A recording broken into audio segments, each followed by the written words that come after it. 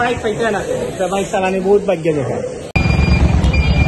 ইসলাম শ্রীমঙ্গল হওয়ার পরে শ্রীমঙ্গলের দাউদ ইব্রাহিমের লোকজন আমারে বিরাট বড় একটা বাইক নিয়া দইরা লইয়া যাই রোগী।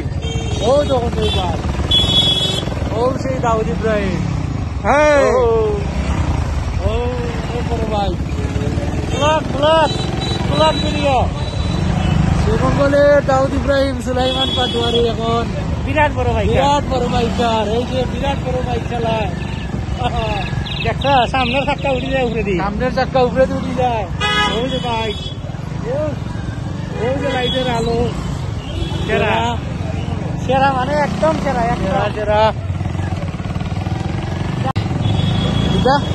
ও কাম করবে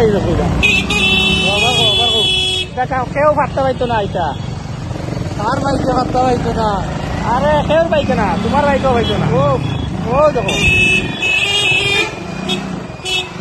ও দেখছো হইল বাইক বাইক।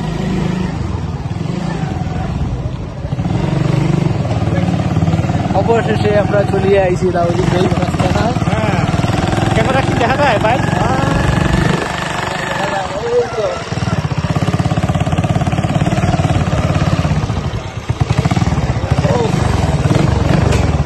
এই সেই দাউদ ইব্রাহিমের রাস্তা, এই সেই বাইক, এই সেই দাউদ ইব্রাহিম। বাইক পাইতে না, বাইক চালানি বহুত ভাগ্য দেখা।